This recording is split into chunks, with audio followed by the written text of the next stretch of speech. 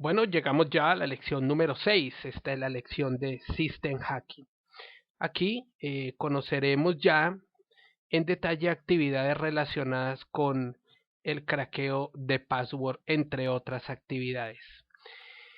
En la enumeración anteriormente vista se hablaba de poder obtener identificaciones de usuario, tokens y aspectos relacionados con los usuarios, accesos válidos a los sistemas. Pero lo que sigue es que, bueno, llegar a averiguar los passwords de los usuarios para luego llegar a escalar privilegios, después llegar a ejecutar aplicaciones, ocultar los archivos y cubrir pistas. Pero lo que vamos a ver en este momento sería el craqueo de claves o el craqueo de password. Lo primero, obviamente, es hacer el cracking de usuarios. Teniendo esto en cuenta, pues vamos primeramente a ver qué tipos de password hay. Entonces tenemos password que únicamente son letras, tenemos password que únicamente son números, otros password que solo contienen caracteres especiales, unos que contienen letras y números, otros que únicamente tienen letras y caracteres especiales, otros solamente números y caracteres especiales y los que contienen de todo.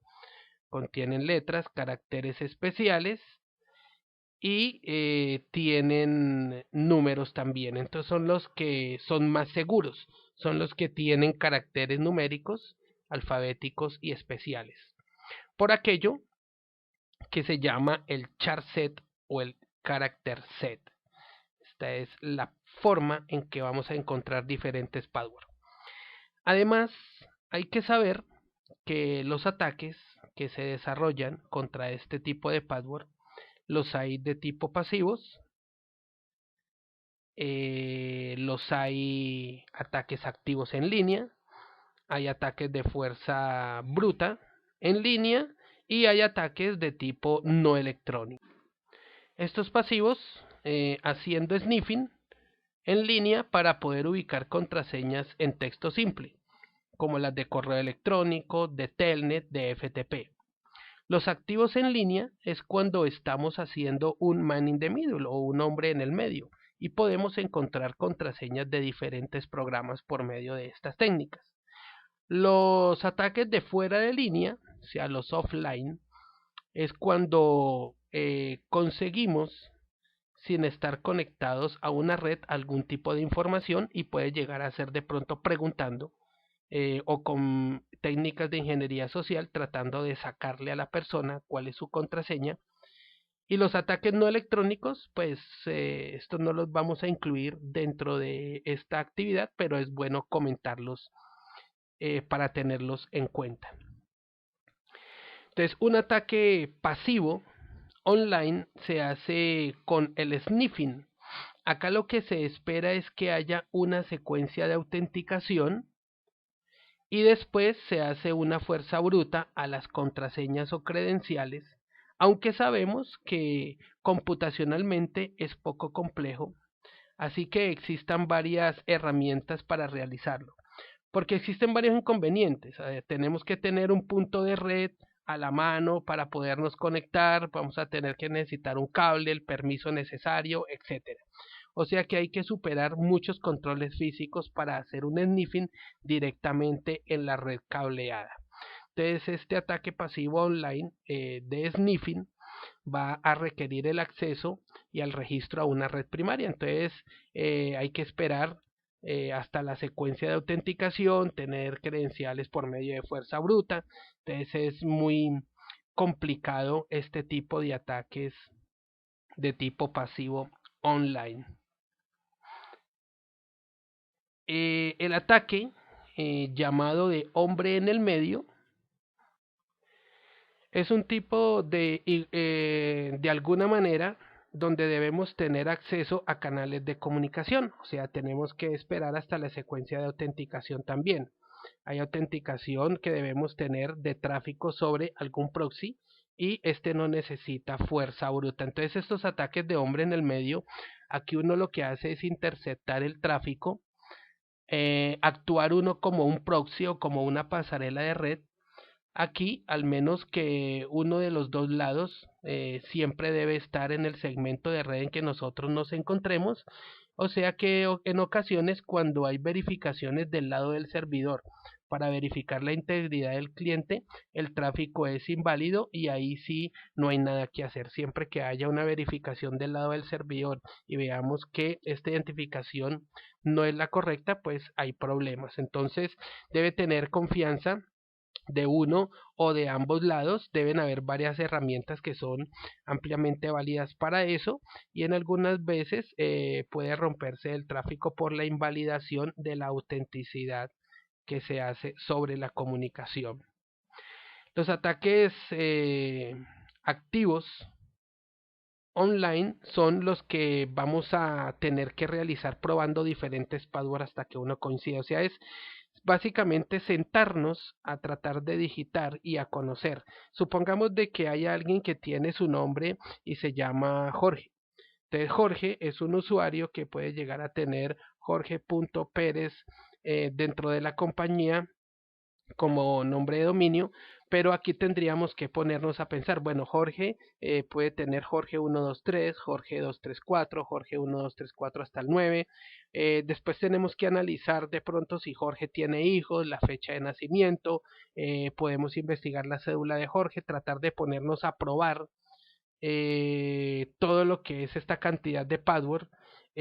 Normalmente se sucede o es efectivo cuando hay password malos o cuando hay puntos de autenticación que están abiertos. Entonces no es más, no es tanto fuerza bruta, sino es colocarnos a adivinar password. En casos en que uno desea adivinar algún password de un usuario, como lo comentaba ahorita, tocaría colocarse pues a adivinar características del mismo, pero esto en ocasiones no funciona.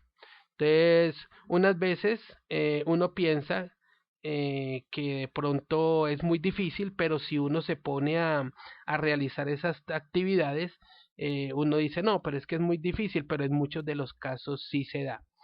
Entonces, hemos visto casos en donde uno se pone a hacer pruebas fácilmente con algunas cuentas de usuarios y termina dando con el password que es por colocarse pues a pensar y a mirar diferentes características, aunque esto puede costarnos un buen tiempo, requiere mucho ancho de banda, eh, es de fácil detección, puesto que muchas veces los diferentes sistemas computacionales tienen validados un número determinado de intentos fallidos y después se podría bloquear la clave. Entonces, ese el core del problema podríamos ver de que son los password malos o password extremadamente fáciles. Entonces, aquí es evidente que tomaría mucho tiempo y los intentos de contraseñas cifradas son detectadas con mucha facilidad porque pues se pueden generar denegaciones de servicio. Los ataques offline son un tipo de ataques, aquí ya es cuando se capturan los hashes de contraseñas, cuando se tienen representaciones de bases de datos o de hashes de password, o cuando uno captura cualquier credencial cifrada y puede realizar más adelante una fuerza bruta sobre eso. Entonces este tipo de actividades consumen demasiado tiempo, entonces se manejan o se identifican los hashes LM, que son mucho más vulnerables al menor espacio de claves para longitud corta. Son hashes válidos en servicios web y utilizan técnicas de obtención ilegal de contraseña distribuida que se encuentren disponibles. Entonces es interesante ver que los ataques offline pueden llegar a utilizar básicamente muchas técnicas. Se pueden llegar a tener representaciones de password que pueden ser supuestamente seguros, y existen consideraciones de ley de Moore, en donde uno pues básicamente ya tendría que verificar cantidad de password y en el último se podría dar el acceso. Entonces este tipo de ataques offline son ataques denominados de diccionario, en donde lo que hacen es intentarse diferentes passwords desde una lista, y ataques híbridos en los que desde un diccionario se inserta entropía. o sea, en donde se llegan a insertar números, símbolos y se trata de cambiar palabras minúsculas a minúsculas, entre otras cosas. Son actividades que podríamos llegar a realizar en ataques offline. Aquí vemos que los ataques de offline podrían realizarse de diccionario o ataques híbridos. Probar diferentes passwords de una lista, tratando de colocar una supuesta lista, o hay diccionarios en internet con muchas palabras que podemos utilizar para probar contraseñas. Sucede normalmente cuando los passwords son pobres o passwords que tienen fácil detección. Se pueden generar muy rápido y hay un problema, y es que normalmente se evidencian problemas de dureza de password en la organización donde se pueden llegar a hacer estos ataques. Y existen ataques híbridos donde se puede iniciar con diccionarios y se puede combinar con lo que se llama entropía, que es anexar o colocar símbolos y letras dentro de las cadenas de caracteres, y relativamente es un tipo de ataque también rápido, y sucede cuando la entropía ha sido mal usada, o sea, se han aplicado malas técnicas. Si llamamos ya el siguiente tema de fuerza bruta, podríamos decir que en los ataques de fuerza bruta se podrían llegar a probar todos los passwords que sean posibles. O sea, aquí más comúnmente se hacen subconjuntos y sobre estos subconjuntos se realizan esas actividades. Es normalmente implementado con complejidad progresiva, o sea, se va trabajando poco a poco y se requiere una cantidad de tiempo determinada para realizar este tipo de ataques.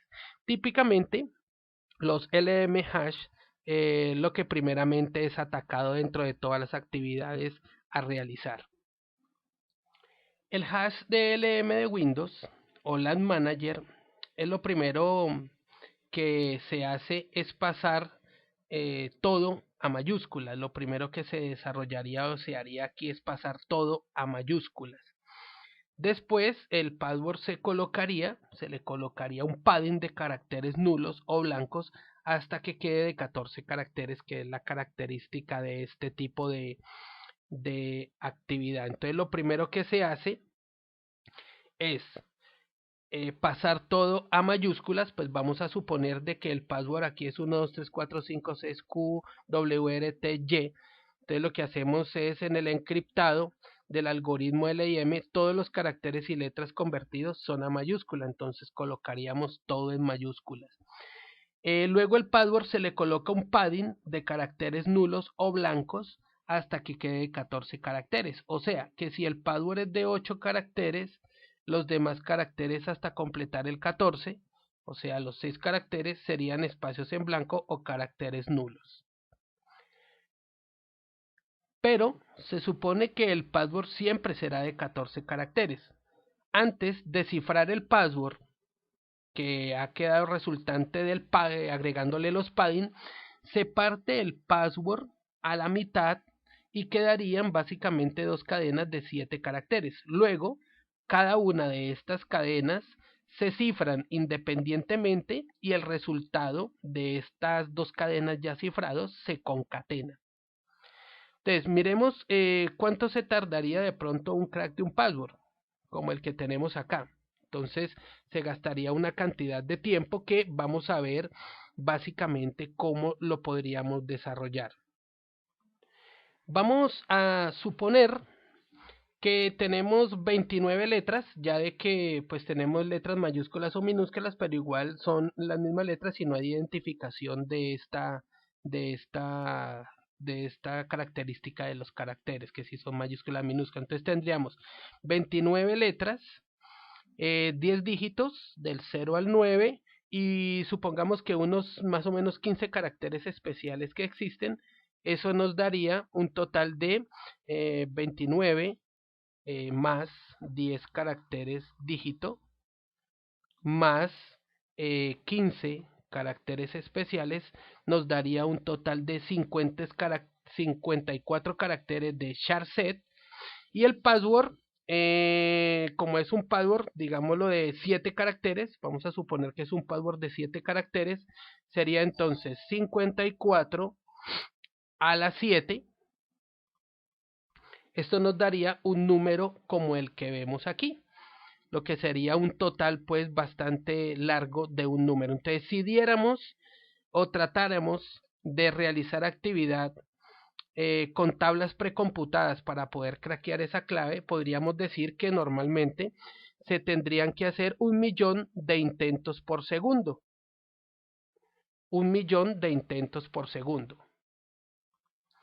Entonces tendríamos que dividir esto entre 1.000.000 y nos daría este número largo, lo que sería más o menos en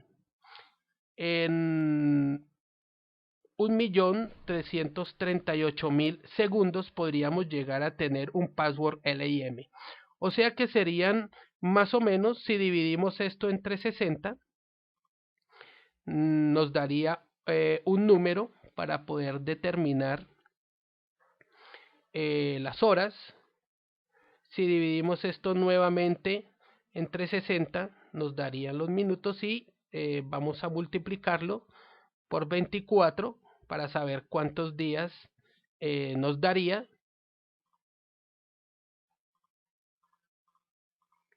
O sea que tendríamos más o menos que en 15.49 días podríamos craquear un password de 7 caracteres de un hash LM.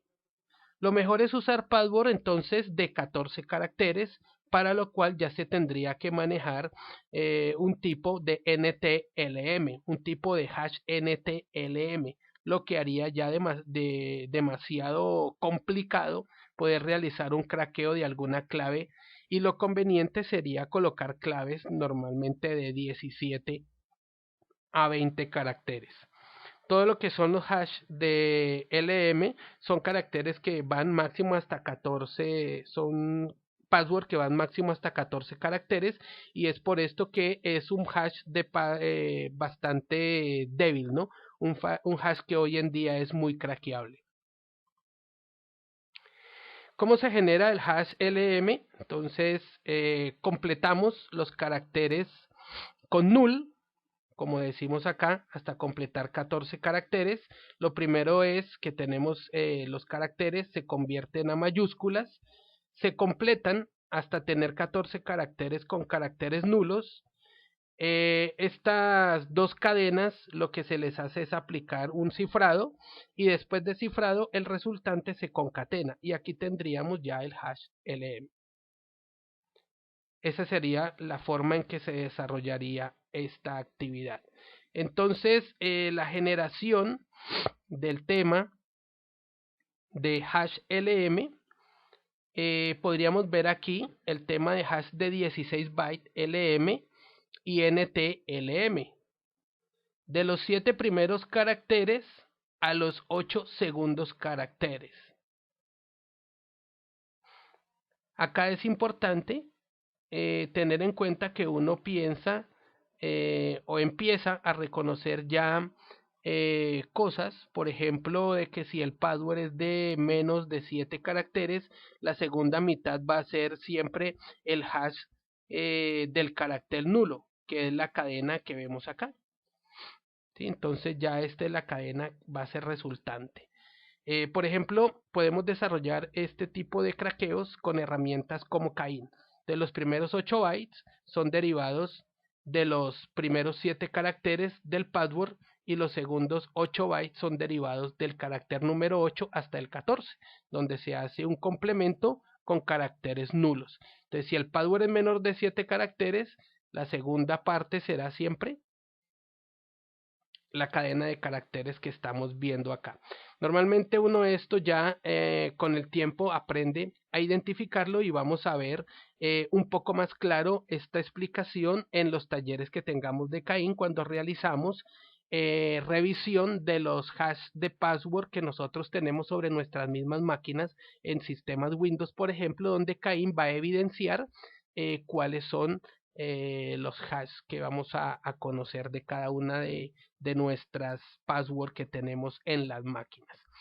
Pero entonces es importante ver cómo podemos prevenir esto o cómo hay sistemas operativos que no son vulnerables a esto. Y eso es utilizando lo que nosotros llamamos el salting. El salting es algo muy interesante. Es la razón por la que los equipos Linux no son vulnerables a tablas precomputadas, que es con las que podemos tratar de hacer cracking, porque realizan o aplican la técnica de salting. Entonces, Linux no es vulnerable a esas tablas precomputadas. ¿En qué consiste? Consiste en agarrar variables de la máquina. Cuando uno crea un password, el sistema agarra variables de la máquina, unas variables del nombre del usuario y a partir de ahí le agrega cierta cadena de caracteres al password que digita inicialmente el usuario. Cuando se crea un password en el sistema operativo, lo que hace Salting es eso: agarrar unas variables de máquina, otras variables del nombre del usuario y a partir de ahí le agrega una cadena de caracteres al password que digita el usuario. Supongamos que uno crea un usuario en Linux.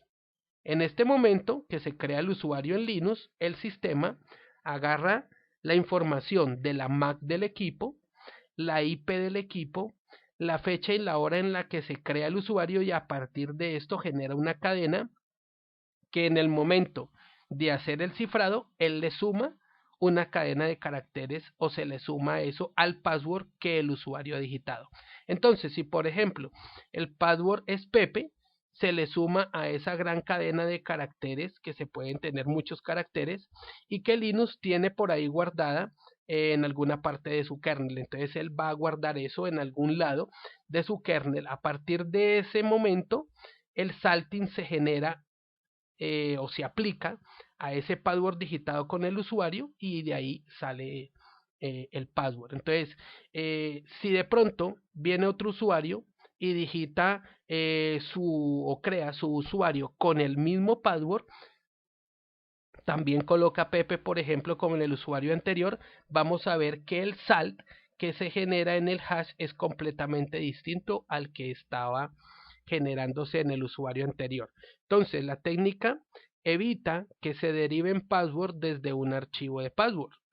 La representación almacenada difiere una de otra, puesto que se aplica el salting y aunque hayan usuarios que tienen iguales los passwords o pueden colocar passwords iguales, 1, 2, 3, 4, 5, 6, el salting va a hacer que siempre sea diferente este tipo de password para el sistema operativo, así en cuanto a sus caracteres sea igual.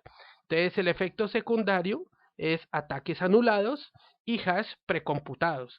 O sea que aquí no va a haber ningún tipo de posibilidad que podamos tener algún problema de cracking de password utilizando Salting. Es una excelente práctica que yo pienso que debemos realizar siempre en cada una de las actividades. Como herramienta, pues tenemos aquí la herramienta de Rainbow Crack, y esta herramienta va a utilizarse porque precalcula todos los posibles pares de texto planos cifrados con antelación y las almacena en un archivo de tabla de arcoíris. Es lo que normalmente realiza esta herramienta con la cual vamos a poder trabajar todo el tema de cracking de password. Interesante esta herramienta de cracking. Tenemos otra herramienta que es KervCrack. Está diseñada para el precompute de tablas o de diccionarios o fuerza bruta, pero solo para credenciales que son autenticadas con Kerberos. Entonces son dos programas que se tienen, se llama KervSniff y KervCrack. El Sniff lo que hace es escucha en la red y captura de todo lo que son los logins de Kerberos, básicamente para eh, sistemas operativos de Windows XP, Windows 2000, 2003.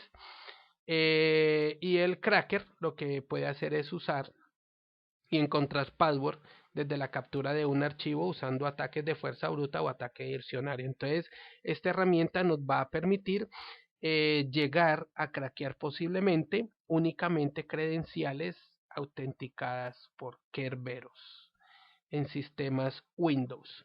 Otra de las herramientas, y creo que una de las más importantes, y no debemos nosotros dejar por fuera de nuestro kit de herramientas, es el John the Ripper. Este puede llegar a atacar o craquear MD5, Salt. Este puede llegar a agregar el Salt también y craquea con el mismo. Entonces puede realizar también ataques de fuerza bruta, modo incremental, entre otros. Y viene en nuestra herramienta de Backtrack. Es una tool de línea de comandos diseñada para poder craquear diferentes tipos de password, ¿no? En todos los sistemas operativos. Es una gran ventaja que tiene. La contraseña resultante distingue entre las mayúsculas y minúsculas y no puede representar la clave real de mayúsculas y minúsculas. Entonces son características interesantes que tiene esta herramienta. Utiliza diferentes parámetros para el manejo de sesión, restauración, tipos de craqueo incremental, modificación de reglas, manejo de archivos de palabras, craqueo simple, bueno, etcétera. Tiene una cantidad interesante de utilidades que vamos a poder nosotros conocer en los laboratorios. Bueno, tenemos otra adicionalmente. Normalmente es la herramienta que nos va a permitir tener una equivalencia con TSP-DUM. Se utiliza con el comando de WinDump, que es el comando que vemos ahí. Entonces no sé si de pronto se tiene Cain o FGDump, pero podríamos utilizar WinDump, que es el equivalente a TCP-DUM, y nos sirve para identificar o verificar sniffing de tráfico, lo que ya vimos en profundidad en temas anteriores, sniffing de tráfico. Esto nos va a permitir realizar WinDump. Bueno, aquí sería importante avanzar ya hacia los laboratorios que tenemos en la sesión de cracking de password. Hemos visto las diferentes técnicas. En resumen, sería importante ver que diferentes craqueos de password vamos a poder realizar. Vamos a poder tener diferentes tipos de ataque, como vimos. Ataques pasivos online, ataques de hombre en el medio, ataques de fuerza bruta contra contraseñas, ataques offline, también ataques a esquemas de password LM, LAN Manager de Windows, que decimos son mucho más débiles que los NT LAN Manager, y ataques con herramientas que pueden llegar a analizar estructuras o infraestructuras directamente relacionadas con sistemas operativos como Windows, en el caso de herramientas de crack de KERP. Entonces es importante que miremos detalladamente los siguientes laboratorios y que hacen referencia a este tipo de actividades para ampliar conocimientos, y no olviden por favor hacer lectura de los documentos complementarios de cada tema para tener un control mayor sobre toda esta cantidad de material que vamos avanzando en el curso. Entonces nos vemos en la sesión número 7 y vamos a pasar a los laboratorios.